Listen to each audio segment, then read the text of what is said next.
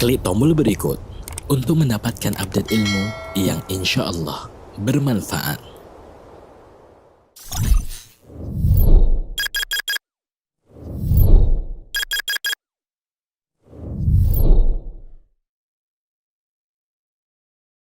Assalamualaikum warahmatullahi wabarakatuh. Alhamdulillah alladzi bi ni'matihi tatimmus shalihat. Segala puji bagi Allah Jalla Jalaluh yang karena nikmatnya kebaikan-kebaikan menjadi sempurna. Yang karena rahmatnya niat baik hamba dapat terlaksana. Allahumma salli wa sallim wa zid wa barik wa an'im ala sayyidina wa maulana Muhammadin wa ala alihi wa ashabihi ajma'in. Ya Allah, semoga salawat dan salam senantiasa Engkau curahkan untuk hamba kekasih-Mu, untuk baginda Nabi kita Muhammad alaihi salatu wassalam, untuk keluarga beliau, untuk para sahabat beliau dan orang-orang yang mencintai beliau. Amma ba'd, ahlan wa sahlan, marhaban dengan para siswi, para akhwat yang bergabung di Rumah Quran Husnain, dan kepada seluruh umat Islam di berbagai penjuru dunia. Ketahuilah bahwa Allah Jalla Jalaluh mengutus Rasulnya Muhammad alaihi salatu wassalam sebagai rahmatan lil alamin dan menurunkan bersamanya sebuah kitab, yaitu Al-Quranul Karim, yang merupakan rahmat dan petunjuk bagi umat manusia. Tatkala kita membaca Al-Quranul Karim atau membuka lembaran pertama Al-Quranul Karim, kita akan bertemu dengan surat Al-Fatihah.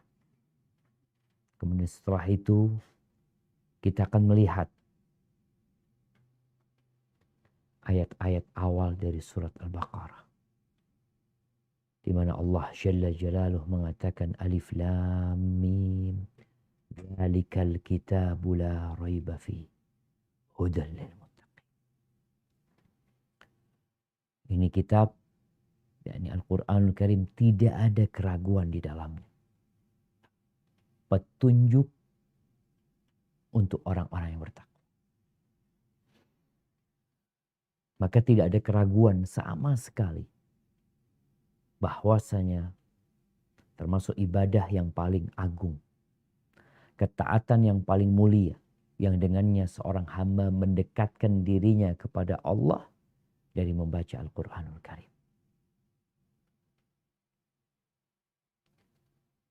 Bahkan Uthman bin Affan mengatakan, "Lau tahurat qulubukum ma syabi'at min kalam rabbikum."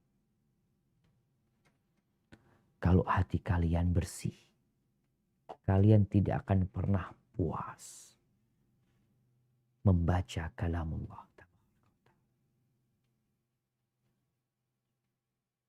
Ini menunjukkan bahwa orang-orang yang malas membaca Al-Quran Karim, merasa lelah, merasa udah banyak yang dia baca, bahkan dia sampai meninggalkan Al-Quran Karim, ini menunjukkan bahwa hatinya tidak bersih atau kurang bersih,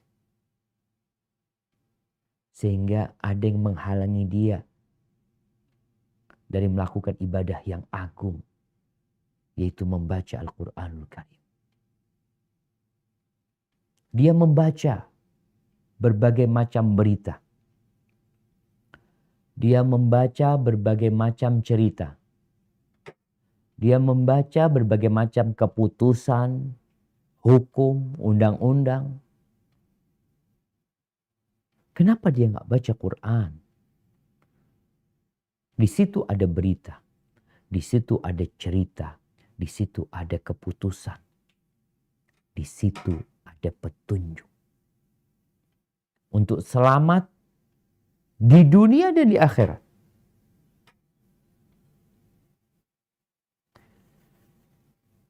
Allah Azza wa Jalla memerintahkan kepada Nabi alaihi salatu wassalam untuk membaca Al-Quran. Nabi disuruh baca. Bahkan ayat yang pertama turun kepada Nabi alaihi salatu wassalam adalah Iqra. Iqra. Baca. Iqra bismi rabbikal ladzi khalaq. Allahu Akbar. Bacalah dengan nama Rabbmu yang menciptakanmu. Kita ini ada bukan dengan tiba-tiba.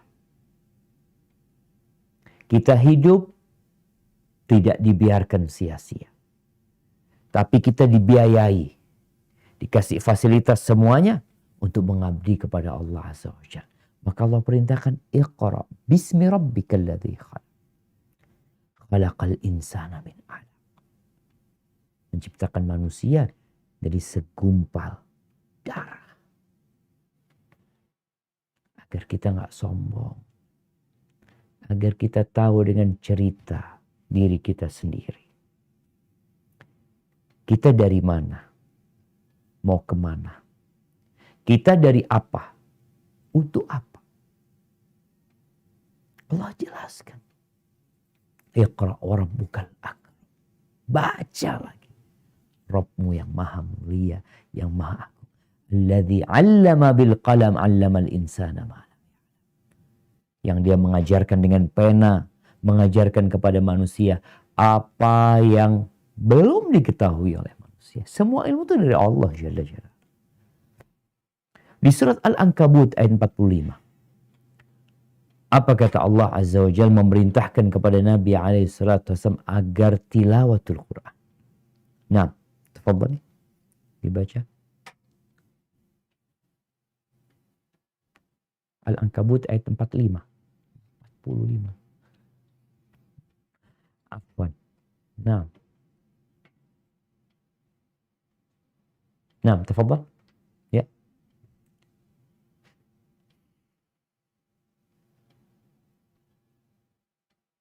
Nah, siapa yang mau baca di sana? Nah, sebentar Ustaz. Ustazah Lasmini, mohon dibacakan. A'udzu billahi minasy syaithanir rajim. Utlu ma uhiya ilaika minal kitabi wa aqimis sholata inna sholata tanha 'anil fahsya'i wal munkari Waladzikrullahi akbar wallahu ya'lamu ma tasna'un. Artinya? Bacalah apa yang telah diwahyukan kepadamu, yaitu Alkitab, Al-Quran, dan dirikanlah sholat. Sesungguhnya sholat itu mencegah dari perbuatan-perbuatan keji dan mungkar, dan sesungguhnya mengingat Allah dan sholat adalah lebih besar keutamaannya dari ibadah-ibadah yang lain, dan Allah mengetahui apa yang kamu kerjakan. Barakallahu fikum. Kita lihat Al-Quran ini ada dalam sholat. Ada di dalam sholat itu. Bahkan salah satu rukun sholat itu adalah membaca Al-Quranul Karim. Bagaimana Rasul sallallahu alaihi wasallam mengatakan, la salata liman lam yaqra' bi Fatihatil Kitab. Enggak sah salat orang yang tidak membaca surat Al-Fatihah. Ada mungkin sebagian ulama yang berpendapat enggak harus Al-Fatihah. Karena Allah berfirman di Al-Muzammil ayat 20, faqra'u ma tayassara minal Qur'an. Yang kau bisa dari Al-Quran Karim. Tapi tetap wajib baca Quran. Ahibati fillah. Dan Nabi SAW menganjurkan para sahabatnya untuk baca Quran. Padahal di sana nggak ada SD, la SMP, wala SMA. Tapi mereka diperintahkan untuk membaca Al-Quran. Beliau alaihi salatu wassalam mengatakan, Iqra'ul Qur'an fa innahu ya'ti yaumal qiyamah syafi'an li ashabi. Bacalah Al-Quran. Kenapa kita baca Quran? Dia akan datang pada hari kiamat memberikan syafaat kepada orang-orang yang membacanya. Bagaimana Al-Quran akan datang membela orang yang membaca, bukan sekedar membaca. Ini yang kita akan bahas. Tapi membaca secara khusus. Membaca, merenungkan, mengamalkan, dan mengajarkan. Allahu Akbar. Tapi paling tidak kalau engkau tidak mengajarkannya, engkau mengamalkannya dalam kehidupan ini. Setelah orang ini dibela habis-habisan oleh Al-Quran Al-Karim agar dia tidak disiksa, lalu Quran akan datang lagi mengangkat derajat orang ini di surga. Setelah dia melewatin sirat yang berada di atas neraka jahanam, dan Quran membantu dan menolongnya. Setelah itu dia masuk surga, lalu dikatakan kepadanya, Iqra warqa warattil kama kunta turattilu fid dunya fa inna manzilataka inda akhiri ayatin taqra'u. Bacalah engkau. Sahibul Quran yang hafal Quran akan disuruh baca Quran. Pada hari kiamat, naam. Ketika masuk surga, iya. Kenapa? Untuk menentukan di mana derajat. Akhir ayat yang kau baca, maka disitulah tempat. Namun kita melihat tidak semuanya pandai membaca Al-Quranul Karim. Tapi Muslim tetap baca Quran. Tidak semuanya menjadi penghafal Quranul Karim. Tapi Muslim tetap berusaha menghafal Quran. Ada usaha untuk menghafal. Mungkin kau mengatakan, saya kan sudah tua Ustaz. Saya punya banyak pekerjaan, saya ini itu. Engkau gak harus jadi penghafal Quran. Tapi engkau harus berusaha untuk terus menghafal Al-Quran. Mungkin hafalanmu sesuai dengan umurmu. Gak apa-apa. Umur 40 tahun, 40 surat. Masya Allah. 50 tahun, 50 surat. Kalaupun sulit membacanya, kata Nabi alaihi salatu wassalam, al-mahir bil Quran ma'as safaratil kiramil barar. Orang yang pandai membaca Al-Quran Al-Karim. Mahir. Maka kedudukannya bersama malaikat-malaikat utusan Allah yang baik-baik, yang mulia. Walladhi yaqra'ul Quran wa yatata'ta' fih wa huwa alaihi syaq. Bagaimana dengan orang yang gak mahir, gak pandai bacanya, kadangkala salah, berat, diperbaiki sekali, 2 kali, terus dia diperbaiki. Maka orang yang baca Quran dalam kondisi terbata-bata dan dia merasakan berat baca Quran ini, dia berlatih, dia panggil guru privat, diajarin dulu. Ajarin apa? Diajarin huruf-hurufnya. Karena kita bahasa Indonesia hurufnya Latin, ini Quran hurufnya Arab. Belajar sulit. Lahu ajran. Dia dapat 2 pahala. Ahibati fillah. Setelah pahala yang besar, fadilah yang mulia, kedudukan yang tinggi yang diberikan kepada orang yang membaca Al-Quran Al-Karim. Tapi realitanya banyak yang belum bisa baca Quran. Ana membaca, kalau nggak salah 60%. Iya. Dari penduduk Indonesia yang belum bisa baca Quran. Semoga angka itu tidak benar. Semoga 60% yang udah bisa baca Quran.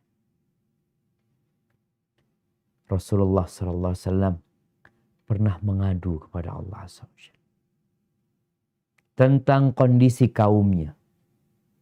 Nabi ketika berdakwah alaihi salatu wassalam, apa yang beliau lakukan? Yatlu alaihim ayati. Beliau bacakan ayat-ayat Allah.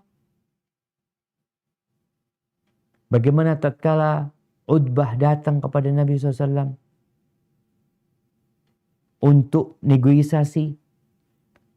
Setelah Utbah memaparkan segala tawaran dia, Nabi SAW mengatakan, Awan tahaita ya Abul Walid. Kau udah selesai Abul Walid, udah. Sekarang kau boleh dengar dari aku. Kata Abul Walid, nah. Beliau membacakan ayat-ayat. Tapi banyak orang-orang yang mengabaikan Al-Quran. Apa kata Allah di surat Al-Furqan ayat 30? Nah.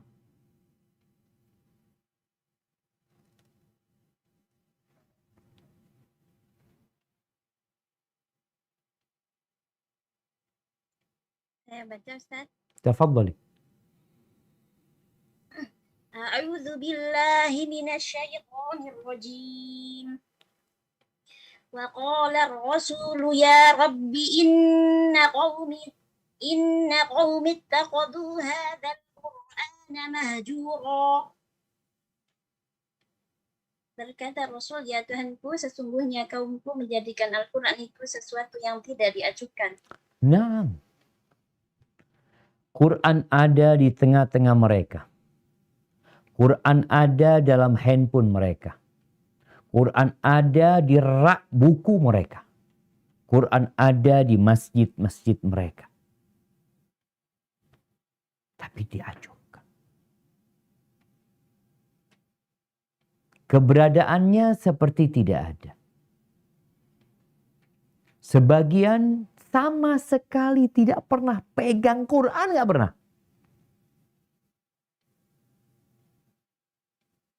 Ada yang punya Quran, dia beli.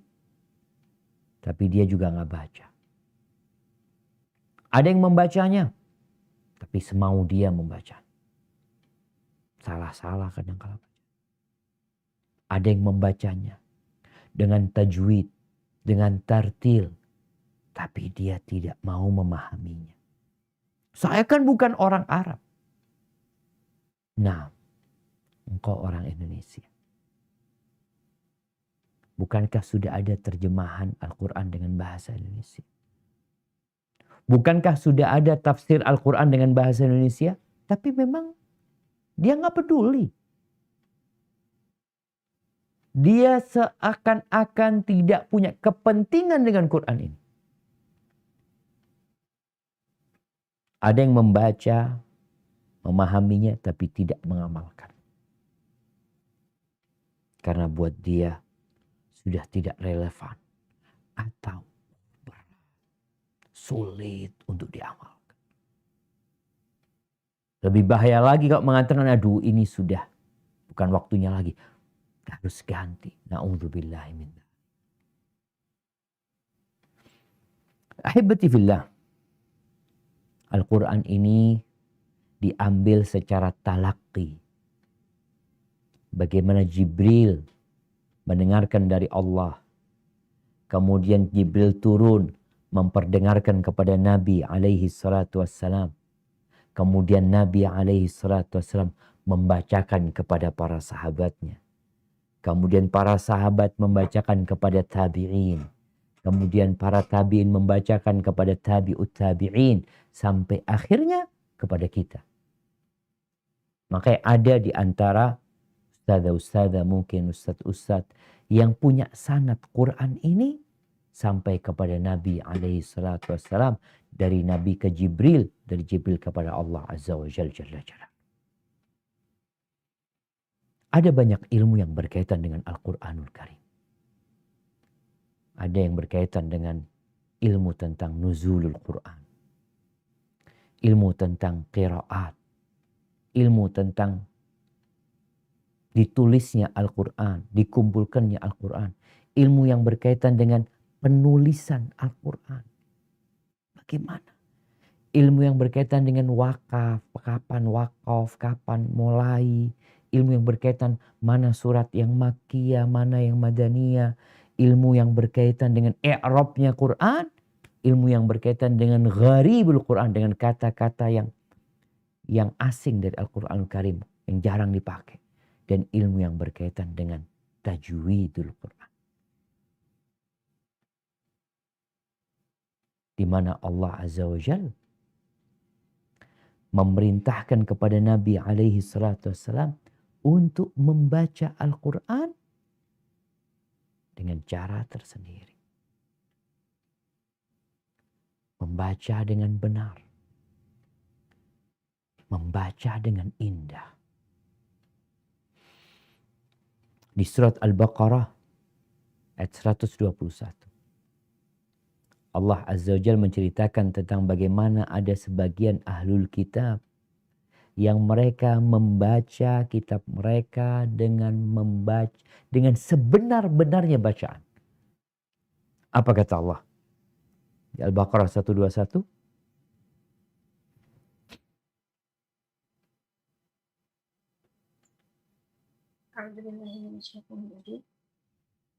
الذين آتيناهم الكتاب يتلونه حق تلاوته أولئك يؤمنون به ومن يكفر به فأولئك هم الخاسرون. Orang-orang yang telah kami berikan Alkitab kepadanya, mereka membacanya dengan bacaan yang sebenarnya, mereka itu beriman kepadanya, dan barang siapa yang ingkar kepadanya, maka mereka itulah orang-orang yang merugi. Nah, mereka membaca dengan sebenar-benarnya bacaan. Sebagian ulama tajwid, ulama qiraat, menjadikan ayat ini salah satu dalil atas wajibnya membaca Al-Quran dengan tajwid. Apa sih makna tajwid? Kadangkala ada istilah lain yang sering kita dengar di masyarakat. Ana sedang ikut halaqah tahsin, Ustaz. Ya, tajwid itu secara bahasa maknanya tahsin. At-tahsin wal itqan. Yaitu memperbaiki bacaan dan menyempurnakan bacaan. Itu tajwid.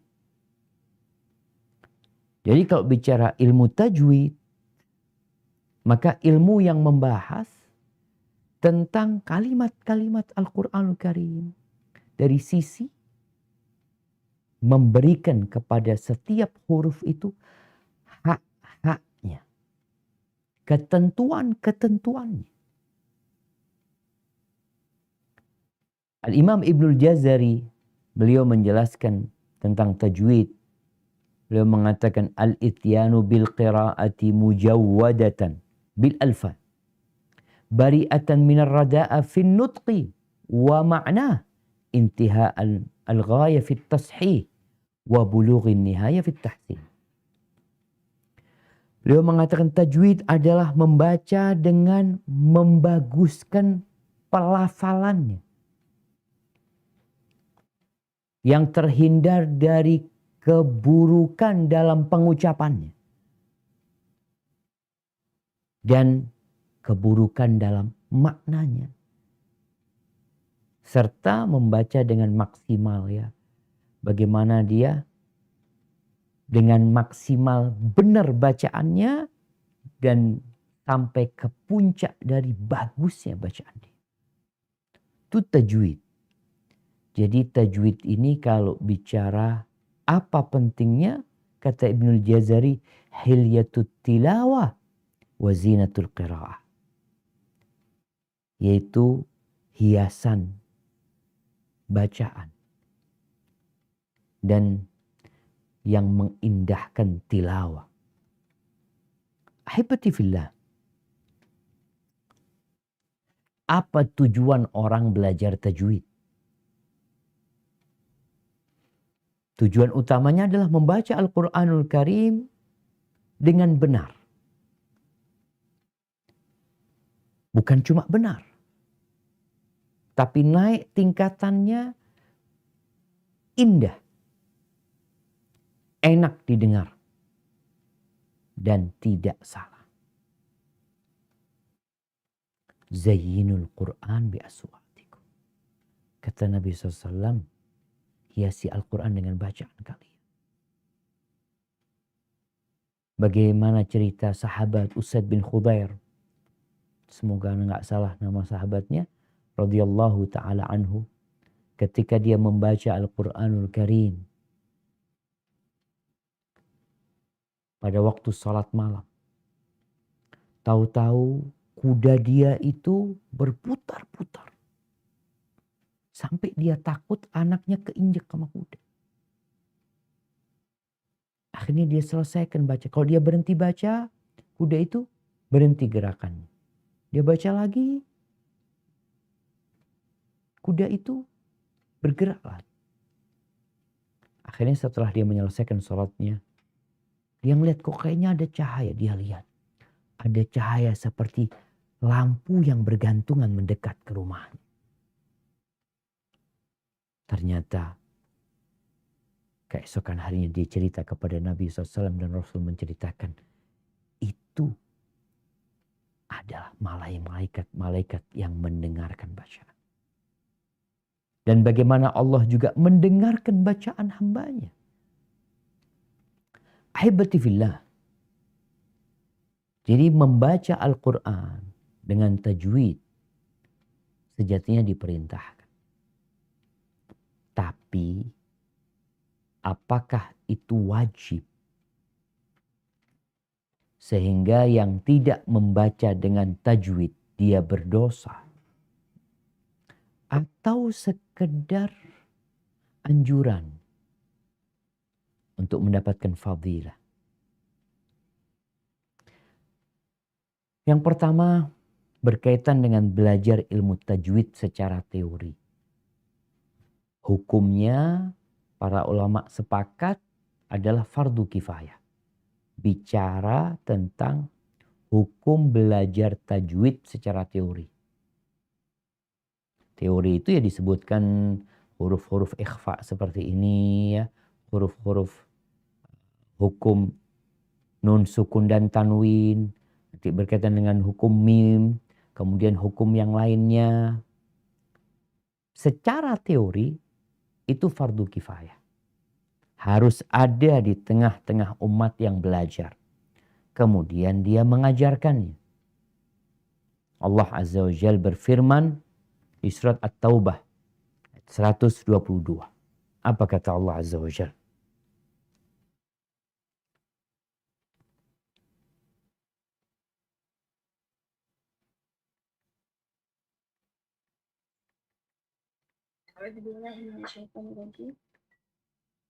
وما كان المؤمنون لينفروا كافة فلولا نفر من كل فرقة منهم طائفة من كل فرقة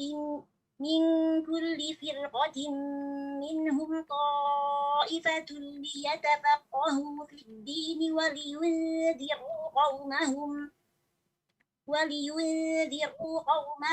إذا رجعوا إليهم لعلهم يحذرون. Tidak sepatutnya bagi orang-orang mukmin itu pergi semuanya ke medan perang. Mengapa tidak pergi dari tiap-tiap golongan di antara mereka beberapa orang untuk memperdalam pengetahuan mereka tentang agama dan untuk memberi peringatan kepada kaumnya apabila mereka telah kembali kepadanya supaya mereka itu dapat menjaga dirinya. Barakallahu fikum. Allah sebutkan di sini bahwasanya sebagian yang harus yatafaqahu din, belajar agama. Jadi sebagian yang harus mondok, sebagian yang harus masuk ke halaqah, serius, konsentrasi, fokus sebagian. Sebagian perang, sebagian belajar agama. Belajar liyatafaqahu fid din. Dan ilmu tajwid termasuk dari mengkaji agama kita. Sehingga dia termasuk furud al-kifayah. Fardu kifayah. Terus itu belajar ilmunya. Gimana membaca Al-Quran dengan kaidah-kaidah tajwid. Yaitu membaca harus dengan ikhfa, harus dengan gunnah, harus dengan izhar. Apakah itu wajib? Sehingga orang yang tidak membaca dengan hukum tajwid ini berdosa. Yang tidak membaca dengan mad, yang tidak membaca dengan gunnah, umpamanya min walin dia baca, tidak membaca miwalin. Bagaimana? Ternyata ada dua pendapat ulama. Yang satu pendapat yang mewajibkan. Jadi wajib bacaan itu mengikuti kaedah ilmu tajwid. Kalau dia tidak membaca dengan ilmu tajwid, maka dosa.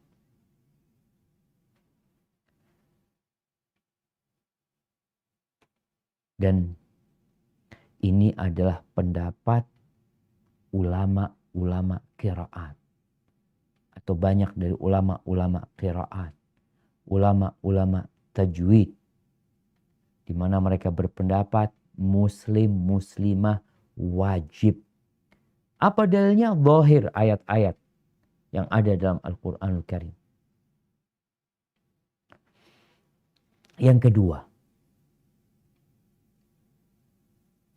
tidak mewajibkan. Sebenarnya bukan tidak mewajibkan ya. Mereka itu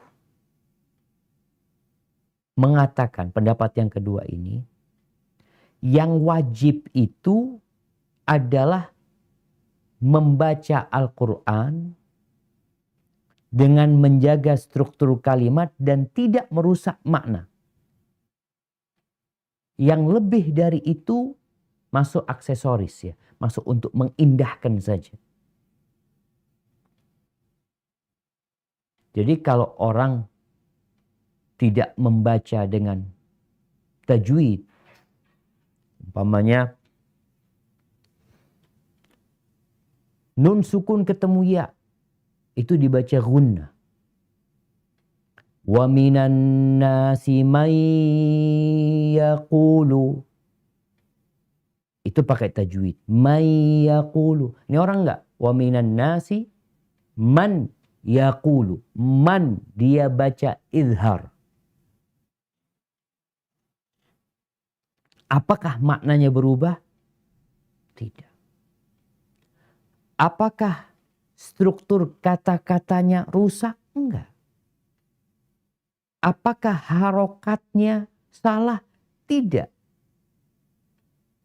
Jadi mereka, pendapat yang kedua mengatakan, yang penting bacaannya benar. Tidak merusak kata-katanya, tidak mengganti maknanya. Bicara harokat, harokatnya nggak berubah.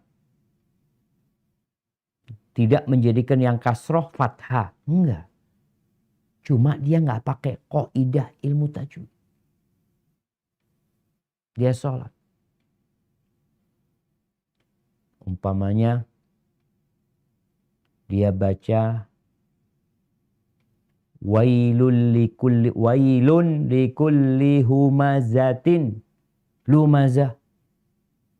Wailun likulli humazatin lumazah. Nggak dosa. Tapi memang kurang indah. Sehingga kalau bicara ilmu tajwid ini mengindahkan bacaan. Memperbaiki, yang pertama memang adalah bagaimana membaca dengan benar. Jadi makhraj hurufnya benar, kemudian harokatnya benar, lalu indah. Karena orang yang kalau bicara nggak pernah belajar tajwid, ya dia bacanya memang tanpa tajwid. Apalagi kalau bicara talaki. Orang ini talaki dari guru yang memang di kampung-kampung umpamanya Dia belajar nih Quran sama guru yang memang nggak ada mat dia bacaannya. Nggak ada gunna, wala idgham bula gunna, wala ikhfa, wala izhar. Syekh bin Utsaimin rahimahullah ta'ala, ada banyak ulama sebenarnya, Syekh bin Utsaimin, Syekh Sa'di, bahkan Ibn Taimiyah rahimahullah ta'ala, Ibnul Qayyim, Syekh bin Baz berpendapat bahwasanya yang wajib itu adalah membaca dengan benar. Kalau dengan indah itu sunnah. Membaca dengan benar itu tadi dijaga kata-katanya nggak salah, harokatnya nggak salah, maknanya tidak berubah. Walaupun kita tahu pendapat yang pertama enggak. Kalau dia nggak pakai tajwid, maka dosa. Dia baca wailun likulli humazatin lumazah, dosa. Ini pendapat yang pertama. Tapi pendapat kedua enggak. Yang penting bacaannya benar. Memang tadi nggak indah, nggak enak didengar ya buat orang yang ngerti tajwid. Tapi buat dia yang bacanya kayak gitu, ya udah mau gimana? Syekh Ibn Utsaimin rahimahullahu ta'ala mengatakan, amma tajwid falaysa biwajib. Beliau mengatakan tajwid nggak wajib. Beliau mengatakan at-tajwid tahsinun li lafdhin faqat. Tajwid itu hanya untuk mengindahkan lafal bacaannya aja. Wa tahsinul lafzi bil Qur'an la syakka annahu khair. Dan membaca Al-Quran dengan tahsin, dengan tajwid, tentunya tidak diragukan itu lebih baik. Tentu lebih baik. Makanya tadi Nabi SAW ketika menyebutkan kondisi orang yang baca Quran itu dua. Al-mahir dengan orang yang baca tapi terbata-bata dia. Al-mahir kedudukannya ma'as safaratil kiramil bararah. Tapi yang biasa-biasa, apalagi yang bacaannya terbata-bata, ya dia dapat pahala juga gitu. Tapi beda gitu. Namun Syekh Utsaimin mengatakan bukan wajib. Tapi membaca dengan tajwid, wa annahu atammu fi husnil qiraah. Itu akan lebih menyempurnakan bagusnya bacaan. Walakinnal wujub bihaitsu naqul. Tapi beliau mengatakan kalau kita berpendapat man lam yaqra'il Qur'an bitajwid fahuwa athim, qaulun la dalila alaih. Beliau mengatakan barang siapa yang berpendapat bahwa kalau kita berpendapat yang membaca Quran tanpa tajwid itu dosa, maka ini pendapat nggak ada dalilnya. Subhanallah. Tapi tentunya ini ditentang dengan oleh pendapat yang pertama.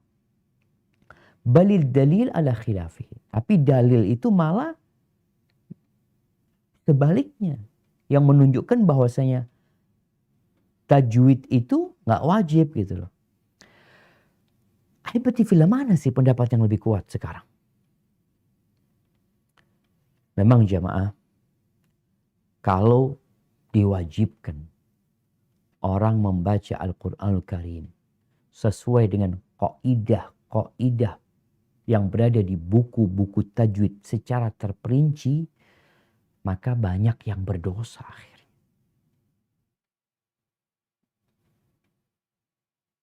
Masalah mat tabi'i, mat wajib munfasil, mat lazim muttasil. Bacaannya ini harus 2 harokat, 4 harokat, 6 harokat. Gimana kalau dia pokoknya mat, dia baca 2 harokat semuanya. Apalagi nih teman-teman yang biasanya tasmi' ya. Ketika dia tasmi' Quran biasanya bacaannya nggak seperti ketika tilawah ya. Dia lebih cepat gitu bacaannya. Maka wallahu a'lam bishawab. Tetap kita harus belajar ilmu tajwid agar bacaan kita bagus tapi tidak sampai wajib.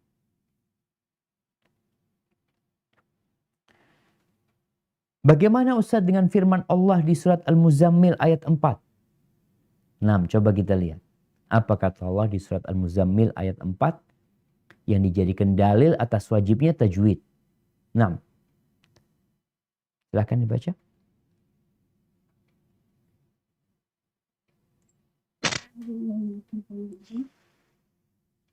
Au zid alaihi wa rattilil Qur'ana tartila. Atau lebih dari sepertiga itu, dan bacalah Al-Quran itu dengan perlahan-lahan. Barakallahu fiik. Jadi makna tartil, membaca Al-Quran dengan tartil itu, kata Ibnu Katsir, ala tamahulin. Pelan-pelan bacanya. Jangan cepet-cepetan. Kenapa? Fa innahu yakunu aunan ala fahmil Qur'ani wa tadabburi. Karena itu akan lebih membantu dalam memahami Al-Quran dan mentadabburi. Jadi bukan bicara tajwid ayat ini, tapi membaca Al-Quran dengan perlahan-lahan. Bukan mengejar target harus hatam. Karena Quran ini diturunkan untuk ditadabburi. Liyadabbaru ayati. Untuk ditadabburi ayat-ayat. Kemudian berarti itu bukan dalil untuk masalah tajwid. Harus baca dengan tajwid. Enggak, dianjurkan. Iya, tajwid yang wajib itu yang tadi, yang penting hurufnya enggak salah, harokatnya benar. Jangan sampai merubah makna, jangan sampai merusak kata-kata. Diriwayatkan dari Jabir bin Abdullah radhiyallahu anhuma, dia berkata, kharaja alaina Rasulullah sallallahu alaihi wasallam wa nahnu naqra al-Qur'an wa fina al-a'jami wal a'rabi. Suatu hari Nabi SAW keluar menjumpai kami, kayaknya di masjid, kita tuh sedang pada baca Quran. Di antara kita itu ada yang orang ajam, orang non-Arab, dan ada orang Badui. Qala fastama.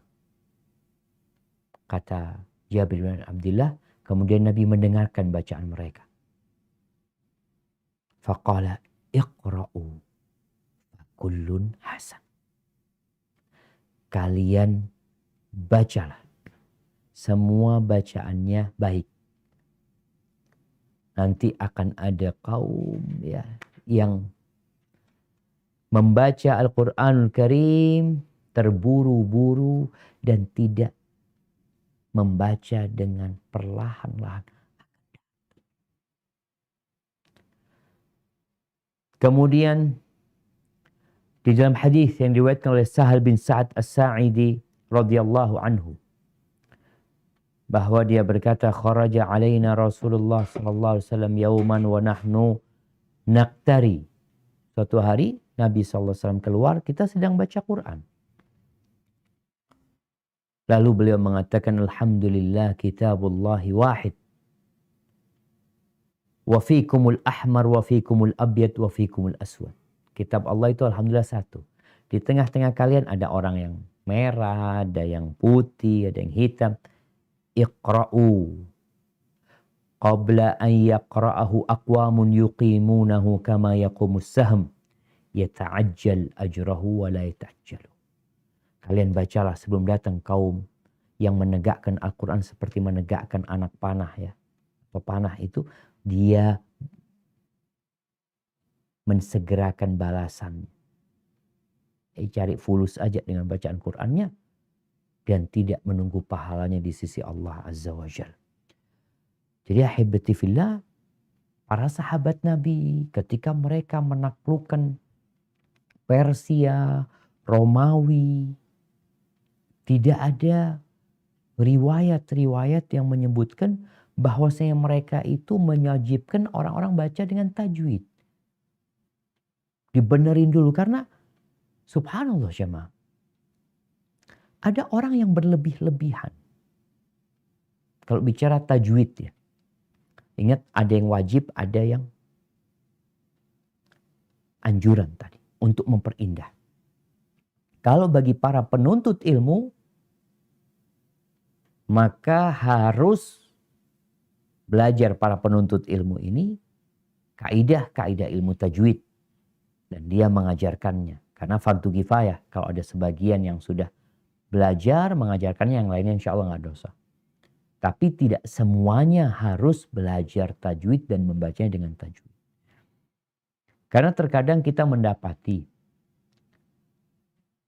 subhanallah, ini cerita Syekh Saleh Al-Utsaimin, hafizahullah ta'ala, karena kemarin dengerin ceramah beliau. Bagaimana sih orang-orang terdahulu mengajar? Beliau menyebutkan cerita yang disebutkan dalam kitab Tabaqatil Qurra punya Ibn al-Jazari. Bahwasanya ada salah seorang ahli qiraat itu, sepanjang 1 pekan, dia itu ngajarin murid-muridnya. Tapi kalau hari Jumat, dia nggak ngajar murid-muridnya. Selesai sholat Jumat, dia itu duduk di masjid, memperbaiki bacaan Al-Fatihah orang-orang awam. Satu persatu diperbaiki ya. Sampai Isya. Tapi memperbaikinya itu berapa orang yang diajarin jamaah. Kadang-kala sekarang orang baru belajar, itu datang nih ke guru ya. Yo baca. Baru baca. A'udzu billahi minasyaitonir rajim. Itu diperbaiki. A-nya itu kadang-kala 1 pekan. Baca Al-Fatihah, ya Allah. Kira-kira nih orang akan balik lagi nggak ke guru itu? Kayaknya aduh nggak sudah. Jadi ya memang tadi ada yang berpendapat wajib. Sehingga dia harus benar-benar sempurna bacaan. Tapi ternyata membuat orang-orang itu akhirnya nggak mau baca Quran. Ahibati fillah, masalah makharijul huruf ya, kita harus membaca Quran sesuai. Gimana sih Jibril mendengar dari Allah? Bagaimana Nabi Muhammad mendengar dari Jibril? Itu yang seharusnya kita pelajarin. Iya.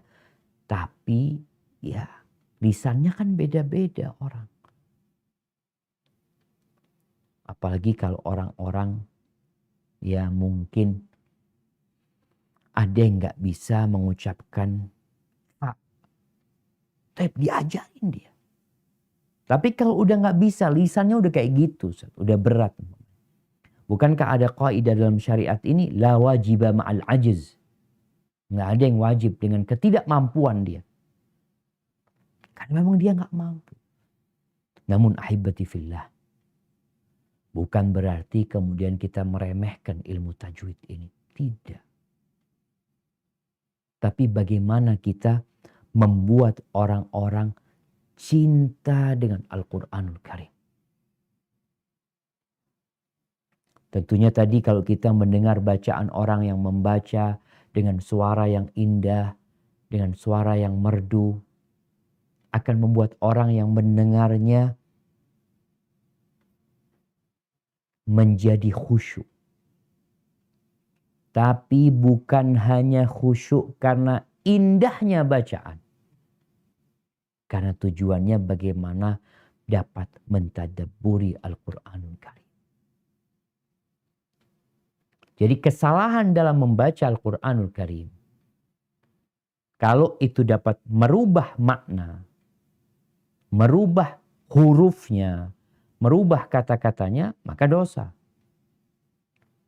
Tapi kalau kesalahan itu tidak sampai merubah makna, insya Allah masih diperbolehkan dan sholatnya sah. Yang terpenting itu adalah Al-Fatihah. Ada cerita kawan belajar Al-Fatihah, ya Allah 1 pekan belajar Al-Fatihah. Dia berpikir, anak ini sholat berapa tahun berarti nggak benar bacaannya. Jadi memang ada yang harus diperbaiki. Khususnya para penuntut ilmu memang ya. Yang dia mau jadi pengajar. Kenapa? Kalau dia ini salah ketika talaki, makharij hurufnya salah. Kemudian dia nanti ngajar, kesalahan itu akan turun ke muridnya. Nanti akan turun lagi ke muridnya. Maka para penuntut ilmu, hendaklah dia berusaha untuk menyempurnakan bacaannya sesuai dengan kaidah ilmu tajwid. Karena kita bicarakan tajwid ini fardu kifayah, harus ada yang mengajarkan hal itu. Kalau ada orang-orang yang nggak bisa, ya mau gimana lagi. Dan ketahuilah, Rasulullah SAW mengatakan khairukum.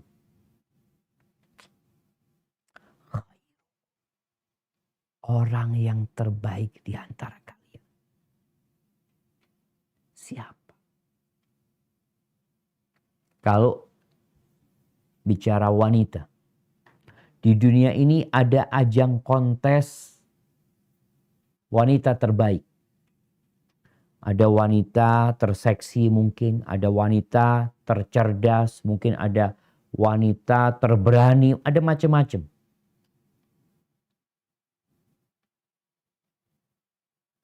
Apa kata Nabi SAW?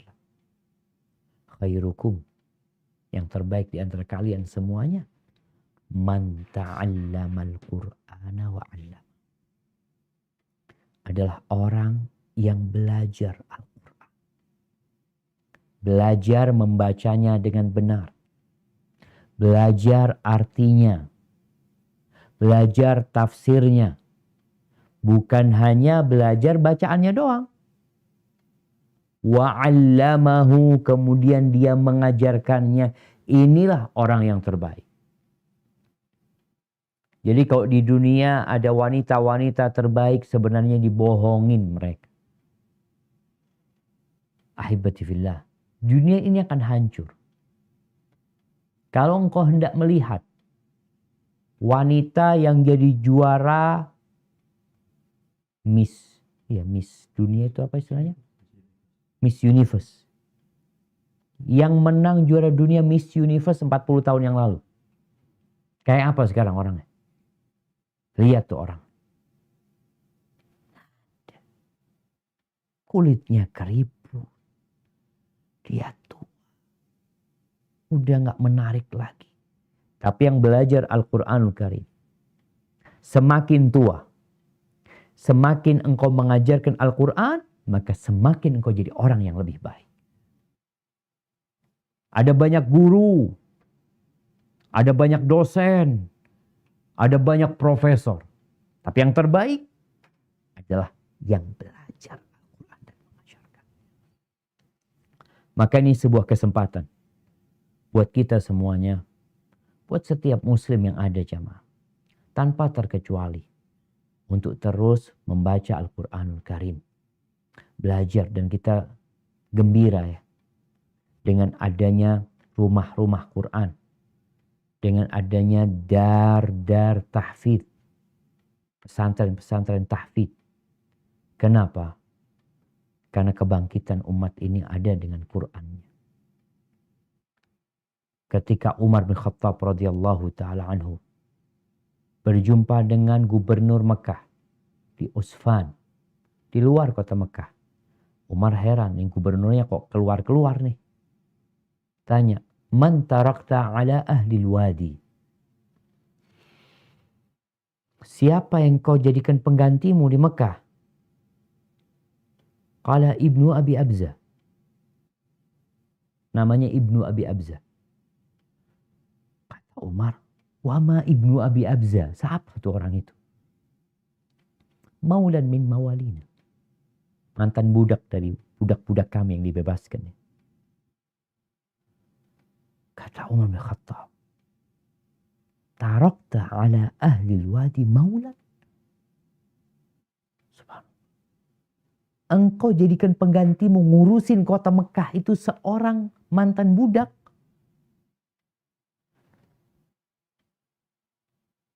Kata gubernur yang mengatakan, ya Amirul Mukminin, innahu hafidhun li kitabillah, alimun bil faraid.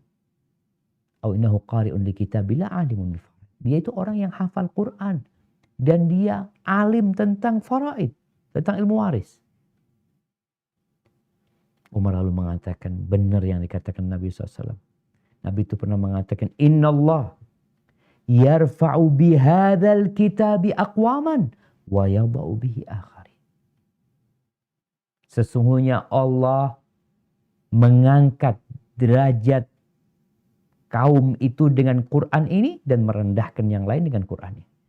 Yang mengambil Quran, mengamalkannya, maka akan diangkat derajatnya. Yang berpaling dari Al-Quran akan direndahkan. Maka ini kesempatan untuk mendapatkan derajat yang tinggi di sisi Allah. Bacakan Al-Quran ini dengan suara yang merdu. Suara yang bagus. Bagaimana Nabi SAW mendengarkan bacaan Abdullah bin Mas'ud radhiyallahu anhu. Subhanallah. Bagaimana Nabi SAW memuji sebagian sahabat, mengatakan, engkau telah diberikan mizmar min mazamiri Ali Daud. Dikasih suara yang indah dari suaranya Nabi Daud alaihissalam. Nabi Daud alaihissalam kalau baca Zabur, itu burung-burung berhenti mendengarkan bacaan Nabi Daud alaihissalam. Allahu Akbar. Maka bismillah, semoga Darul Quran ya, rumah Quran Al-Husnayain atau Husnayain ini menjadi salah satu rumah Quran yang menjadi salah satu kiblat orang-orang untuk belajar Al-Quran dan untuk mengkaji Al-Quran. Dan nasihat ana sebagaimana dinasihatkan oleh para ulama ya, oleh para ustadz yang tua-tua, biasanya yang ada di rumah Quran ini tua muda-muda. Yang tua-tua gimana? Yang tua-tua tetap belajar. Kalaupun punya kesulitan, ya dia tahu dia memang punya kelemahan, tapi jangan pernah berhenti belajar, khususnya menambah hafalan Qur'annya. Hadza wallahu a'lam bishawab, yang dapat Anda sampaikan. Kurang lebihnya mohon maaf. Anda kembalikan ke moderator. Barakallahu fiik. Wa fiikum barakallah. Jazakumullah khairan Ustaz Syafiq yang telah memberikan ilmu dan motivasi kepada kita. Afwan, izin untuk membuka sesi tanya jawab ya Ustaz. Tafadhali. Nah, selanjutnya kita akan buka sesi tanya jawab. Kami akan bacakan 2 pertanyaan yang disampaikan melalui WhatsApp dan juga nanti akan kami buka juga untuk tafadhali Ustazah Lili untuk membacakan pertanyaan, dan dari kolom chat melalui room chat di Zoom ini juga akan dibacakan oleh Ustazah Cici. Naam, tafadhali. Barakallahu fiik. Tafadhali. Nah, Ustaz, pertanyaan pertama, Ustaz. Assalamualaikum warahmatullahi wabarakatuh. Waalaikumsalam. Apa hukumnya ketika bacaan Al-Quran suami belum sesuai tajwid, kemudian menjadi imam sholat? Apakah boleh kita membaca surat pendek sendiri dalam hati? Syukran Ustaz. Barakallahu fiik. Nah, ahibati fillah. Berkaitan dengan sholat imam. Di masa pandemi ini banyak suami yang jadi imam dadakan. Jadi karena sholatnya biasa di masjid, hanya biasa mengatakan amin, kemudian tahu-tahu dia jadi imam di rumah. Terus gimana makmumnya nih, istri? Kalau bacaan suami itu benar, artinya secara kata-katanya, harokatnya benar, tapi nggak ada tajwid. Terus gimana? Sholatnya sah. Jadi menurut pendapat yang terpilih yang tadi kita sudah bahas, bahwasanya apabila bacaannya imam itu sah buat dirinya, maka buat makmum sah. Walaupun dia nggak pakai tajwid, nggak ada panjang pendek dia, nggak ada izhar, iqlab, ikhfa, idgham, nggak ada. Bas dia baca seperti itu. Maka apakah makmum sah sholatnya? Sah sholatnya. Dan ketika jadi makmum, maka hendaklah dia mencukupkan diri mendengar. Allah mengatakan wa idza quri'al Qur'an fastami'u lahu wa ansitu la'allakum turhamun. Apabila dibacakan Al-Qur'an, maka kalian dengarkan. Perhatikan agar mendapatkan rahmat dari Allah Azza wa Jalla. Hanya memang ada perselisihan masalah Al-Fatihah. Apakah wajib membaca Al-Fatihah? Imam baca Al-Fatihah, apakah makmum baca Al-Fatihah juga? Sebagian mengatakan wajib dan sebagian mengatakan nggak wajib. Artinya boleh membaca Al-Fatihah, tapi boleh juga tidak membaca Al-Fatihah apabila dia sholat berjamaah. Jadi ana rasa buat makmum Ini kayaknya yang salah ketika baca surat pendek. Surat pendek itu, subhanallah jemaah. Banyak di antara kita yang hafalannya dulu. Hafalan ketika SD. Dan biasanya ketika hafalan itu salah, sampai tua tetap salah. Jadi bacaannya itu, karena waktu itu salah, ngajinya ya nggak terlalu serius, maka akhirnya salah. Maka dianjurkan setiap muslim itu menyetorkan hafalannya. Dianjurkan, mamanya punya hafalan, yang paling nggak Al-Fatihah datang ke, kalau yang ibu-ibu datang ke ustadzah, ana punya hafalan 4 surat ustadzah. Ana mau setoran. Cuma memang tadi, usahakan memang dapat ustadzah yang tidak berlebih-lebihan. Karena kalau enggak, nih orang akan memperbaiki Al-Fatihahnya sepekan nanti. Belum selesai Al-Fatihahnya. Jadi selama bacaannya itu sudah benar bisa diterima, maka mungkin ya diluluskan lah. Kemudian didengarkan yang lainnya. Atau mungkin nanti perlu dikasih catatan yang ini harus lebih baik lagi. Yang ini dibaca dengan gunnah ya. Walaupun enggak gunnah sebenarnya tadi benar gitu loh. Tapi yang ini dikasih tanda di Qur'annya. Sehingga orang itu akan lebih baik bacaannya. Insya Allah seperti itu. Hadza wallahu a'lam bishawab. Nah. Pertanyaan selanjutnya Ustadz, apakah kita mempelajari Al-Quran ini harus dengan guru yang sudah bersanad? Mohon penjelasannya Ustadz. Barakallahu fikum. Nah, ahibati fillah. Kalau bicara apakah harus belajar Quran dengan guru? Nah. Belajar Al-Quran lewat guru. Dengan talaki. Soalnya kalau enggak, orang bisa bahasa Arab, tapi karena dia enggak talaki baca Qur'annya, dia salah, dia enggak bisa baca alif lam mim. Ada seorang mahasiswa di salah satu perguruan tinggi agama, ketika baca Qur'an, Yasin dibaca Yasa sama dia.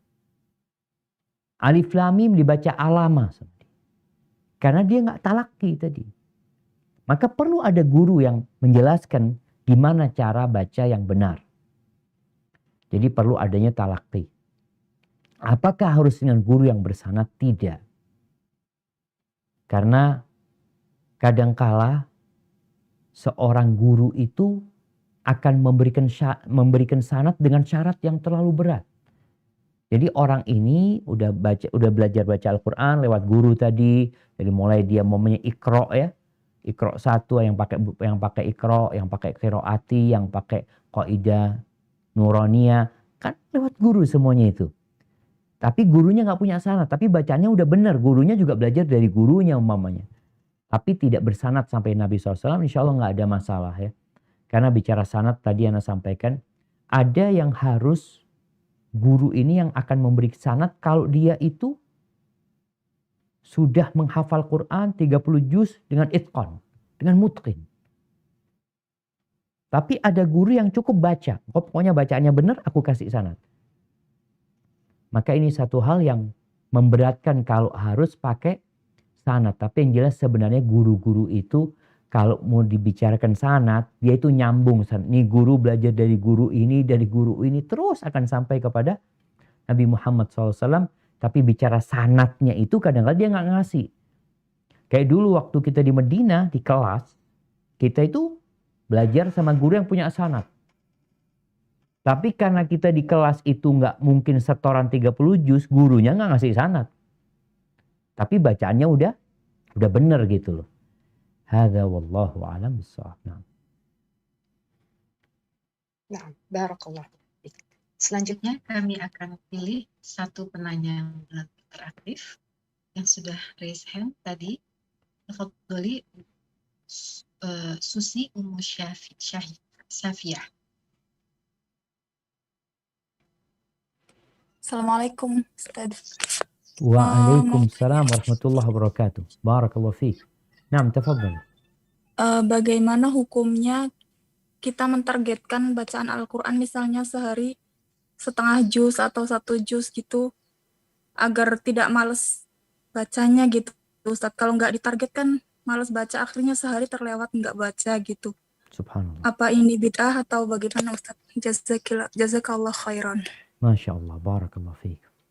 Iya. Ahibati fillah. Sebenarnya target baca Quran itu one day one juz.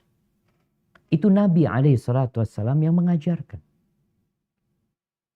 Nabi mengajarkan kepada Abdullah bin Amr bin As. Ketika Abdullah bin Amr bin As ini ibadahnya berlebihan. Bapaknya Amr bin As itu punya menantu ini anaknya orang, ya anaknya bangsawan lah, anaknya orang yang seharusnya diperhatikan gitu loh. Tapi Abdullah bin Amr bin As ibadah terus kerjanya. Puasa sunnah tiap hari, sholat malam gak berhenti-berhenti baca Quran full yang dia hafal. Akhirnya dipanggil sama Nabi SAW.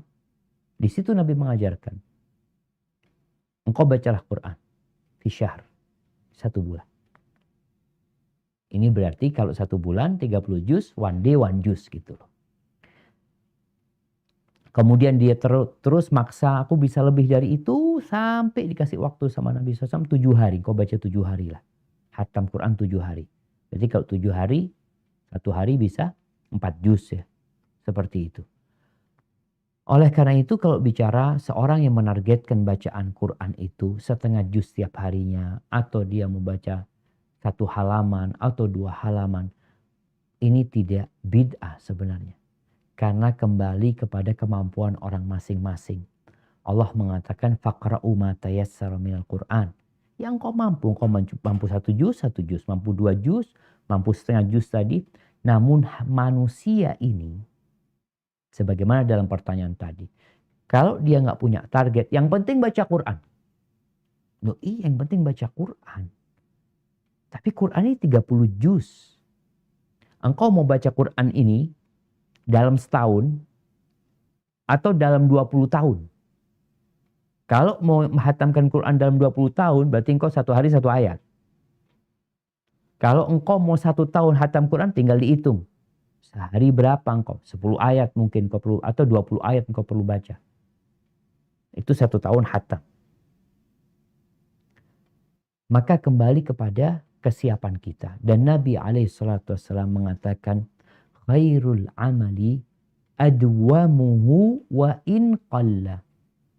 Sebaik-baiknya amalan adalah yang berkesinambungan. Walaupun sedikit. Dan Nabi kalau sudah mengamalkan 1 amalan itu, athbatahu. Beliau berusaha untuk menjaga amalan tersebut. Jadi insya Allah gak ada masalah yang mau menghatamkan Quran setiap 2 bulan ya. Kalau tiap hari setengah juz, berarti tiap 2 bulan dia hatam Quran. Yang terpenting adalah bagaimana istiqamah. Hadza wallahu a'lam bissawab.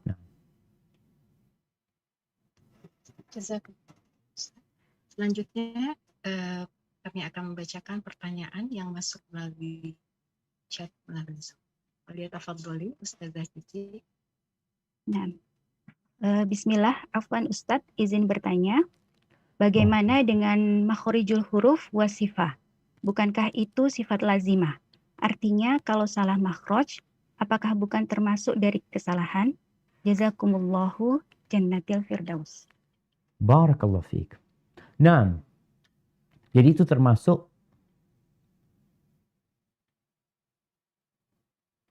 yang menjadikan para ulama tajwid menganggapnya wajib. Kalau bicara sifatul huruf ya. Jadi kalau orang itu mampu mengeluarkan sesuai dengan yang diinginkan, ahlan wa sahlan. Tapi ada orang yang nggak mampu. Umpamanya kalau bicara orang itu merubah tak jadi po, salah. Tapi kalau umpamanya orang itu baca shotnya itu kurang tepat gitu loh. Umpamanya dia yang salah membaca zal jadi zai, itu salah. Tapi kalau zalnya mungkin kurang tepat, kan ada orang yang memang kurang pas lidahnya. Kalau murid penuntut ilmu diajarin, dipaksa dia sampai benar tuh lidahnya. Jadi selama makharij hurufnya itu tidak sampai merubah huruf tersebut. Jadi tadi dari zal jadi zai, maka itu salah. Tapi kalau umpamanya tadi dia membacanya zal, cuma kurang pas ya dia seperti itu. Peletakannya, karena memang kalau dilihat, nggak ada kajian khusus yang Anda baca dari beberapa fatwa ulama di masa para sahabat ya. Tuh orang-orang Persia didudukkan untuk memperbaiki dulu makharij hurufnya satu persatu. Enggak. Jadi kemudian tadi disebutkan kaidah fikih la wajib ma'al ajiz. Nggak ada kewajiban dengan ketidakmampuan dia. Jadi kalau dia mampu ya berusaha gitu loh. Tapi kalau tadi dia memang udah sulit Ustaz ya. Jadi intinya kalau bicara tadi makharij huruf pun, sifat huruf pun, kalau sampai dia merubah maknanya nantinya, maka di situ dia harus memperbaikinya. Jadi yang wajib itu jangan sampai merubah kata-katanya, memajukan, memundurkan. Jangan sampai merubah tadi dari ta jadi to bacaannya, atau dari zal jadi zai bacanya, atau dari harakat dari tu jadi ti, dari ta jadi tu. Jadi itu yang harus diperbaiki. Tapi kalau dia masih dalam konteks bacaannya ya sebenarnya dia secara sifat hurufnya Ustaz ya kurang sempurna. Tapi bukan berarti dia merubah dari maknanya, insya Allah nggak masalah seperti itu. Tapi sekali lagi kalau bicara ulama tajwid, jadi para ustadzah yang membaca kitab-kitab tajwid, yang mengkaji kitab tajwid, jadi mereka memang mewajibkan, diwajibkan nama mereka. Hadza wallahu a'lam bishawab. Nah, pertanyaan selanjutnya Ustadz. Assalamualaikum Ustadz, izin bertanya, apakah kita harus memilih guru tajwid yang satu manhaj, ataukah boleh berguru dengan siapapun yang ahli dalam tajwid? Seandainya dalam berguru kita melihat aib-aib guru kita dan yang tidak patut secara syariat, bagaimana kita bersabar terhadap akhlak guru tersebut?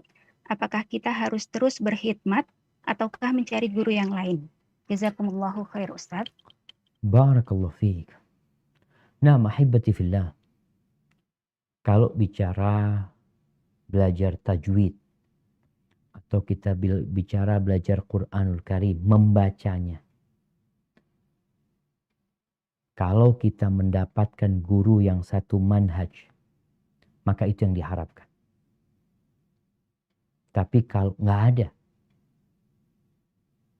katanya kalau bicara di daerah ya Ustaz ya, kita punya anak-anak belajar Quran sama guru-guru di sekolahan atau guru-guru di kampung ya, banyak yang belum paham sunnah Ustaz, tapi secara bacaan Quran dia benar, bahkan dia punya sanad gitu, sehingga ada jaminan bacaan dia benar. Bolehkah kita belajar sama dia? Kalau milih tetap kita milih ya. Tapi kalau nggak ada pilihan, ya nggak ada masalah belajar sama dia selama dia cuma ngajar itu aja. Dia cuma memperbaiki bacaannya, dia cuma memperbaiki makharij hurufnya, insya Allah nggak ada masalah. Kalau nggak ada pilihan. Kemudian kalau bicara bersabar dengan akhlak buruk seorang guru, itu wajib. Yang nggak bersabar nggak akan dapat ilmu. Usahakan kita itu tahu guru cuma di majelis tempat kita belajar. Bas. Kenapa? Guru kita ini manusia biasa. Dia punya banyak kekurangan. Ada orang alim itu yang mengamalkan ilmunya. Masya Allah. Sehingga kita akan mendapatin kehidupan dia itu adalah perwujudan dari ilmu yang dia sampaikan. Ada, alhamdulillah. Tapi ada guru-guru yang kalau menyampaikan Masya Allah bagus, ilmunya mendalam. Tapi kalau kita ngelihat perilakunya, na'udzubillah min dzalik. Terus bagaimana dengan murid nih? Ya kalau murid ini bisa tidak kenal gurunya kecuali di majelis ilmu, ya udah di situ nggak kenal. Ambil ilmunya. Karena terus terang ya, cerita kawan di Madinah pernah datang belajar ke tempatnya seorang syekh habis ngaji di masjid itu pulang ke rumahnya. Sama syekh diajak, yuk ke rumah semuanya. Murid-muridnya nih. Ke rumahnya, sampai rumah itu, syekh itu ngomong kata-kata yang buruk kepada supirnya. Sampai kata kawan-kawan. Jadi nggak enak mau belajar sama tuh guru. Maka usahakan ketika kita belajar, ya udah anak kenal sama guru di sini, urusan rumah tangga dia, urusan dia di rumahnya bersama anu, itu urusan dia. Anak yang penting belajar di sini sama guru anak nih. Kemudian kalau ada guru-guru mungkin ya yang killer ya sabar. Jangan sampai keburukan sikap dia membuat kita nggak belajar. Akhirnya kita kehilangan ilmu. Ya udah. Kayak di antara syarat orang menuntut ilmu itu adalah sabar. Nabi Musa alaihissalam ketika mau belajar sama Khidir, apa kata Khidir? Innaka lan tastati'a ma'iya sabra. Oh, nggak akan bisa sabar sama aku. Udah dikasih tahu. Apa kata Nabi Musa? Satajiduni insyaallah sabiran wala a'si laka. Engkau insyaallah akan mendapati aku sabar. Dan aku tidak akan bermaksiat ya. Aku tidak melanggar perintahmu. Akhirnya dalam perjalanan ya 3 kali udah gak kuat Nabi Musa alaihissalam. Jadi kesabaran itu syarat wajib ya untuk orang-orang yang menuntut ilmu. Terhadap gurunya, terhadap kawan-kawannya, terhadap lingkungannya. Demi dia meraih sesuatu yang agung. Hadza wallahu a'lam bissawab. Nah, barakallahu fiik. Satu lagi pertanyaan terakhir Ustadz dari interaktif peserta Zoom. Falyatafaddali kepada Ukhti Zalita, kami persilahkan.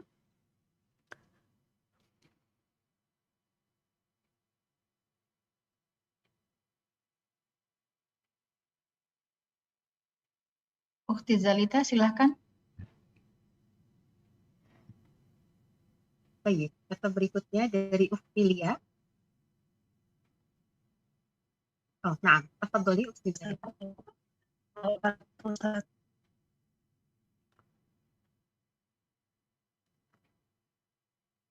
Assalamualaikum warahmatullahi wabarakatuh. Waalaikumsalam warahmatullahi wabarakatuh. Ahlan wa sahlan. Barakallahu fiik. Naam. Maaf, saya luar tema boleh? Suaranya putus-putus ya. Nah, silahkan. Luar tema boleh Ustaz? Nah, kalau bisa jawab Ustadznya. Nah, tafadhali. Iya Ustaz. Dulu saya, suami saya membeli sesuatu barang. Terus kira-kira Ibu, 5 tahun yang suaranya lalu. putus-putus. Terus Ibu. atas nama saya. Terus Afwan Ustadz, apakah suaranya jelas Ustadz? Enggak jelas. Putus-putus barusan. Nah, Ukhti Zalita, mohon maaf, mungkin kita harus lewati dulu Ukhti Zalita. Qadarullah, suaranya tidak jelas. Mungkin dia telepon lagi ntar. Iya. Nah, Ustadz. Ya, tafadhali berikutnya Ukhti Lia.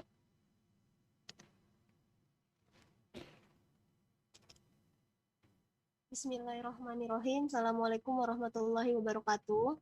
Waalaikumsalam warahmatullahi wabarakatuh.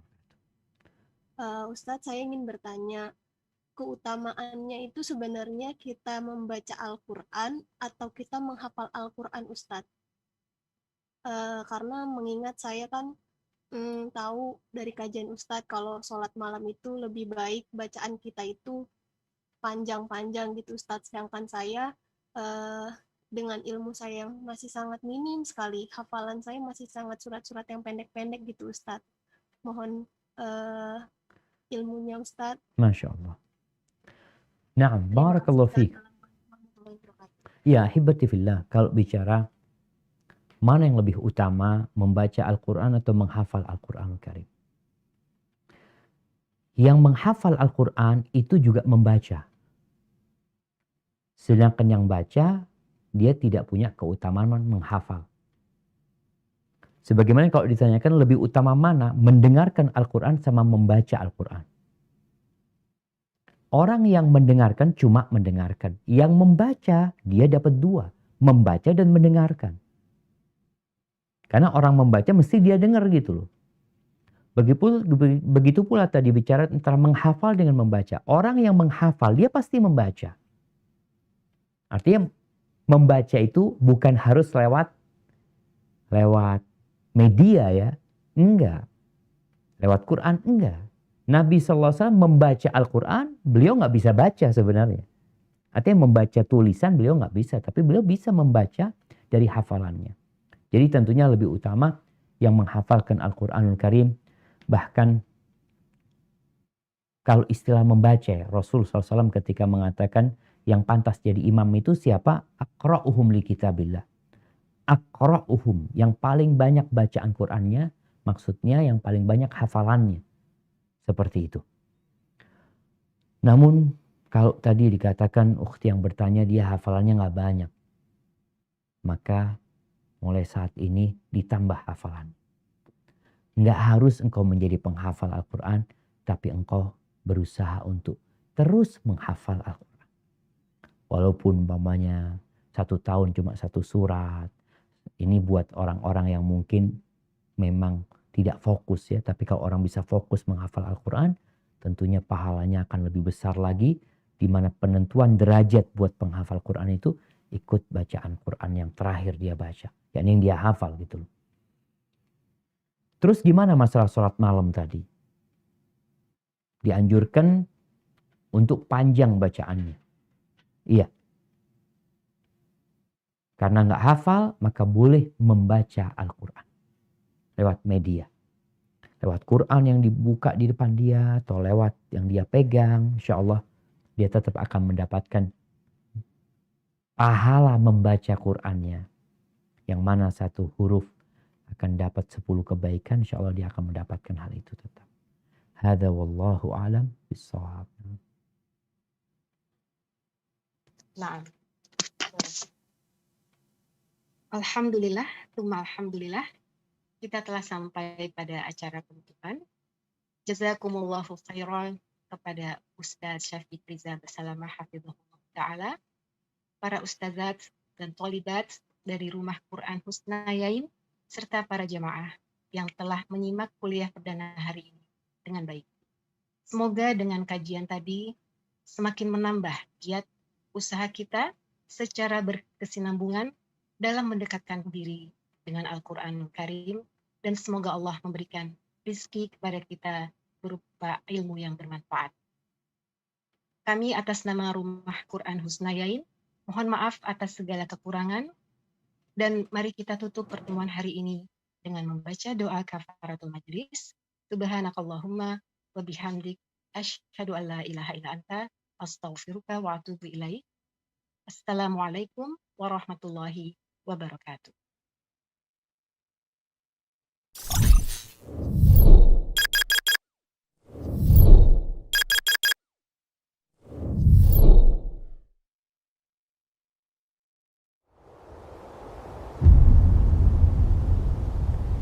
Klik tombol berikut untuk mendapatkan update ilmu yang insya Allah bermanfaat.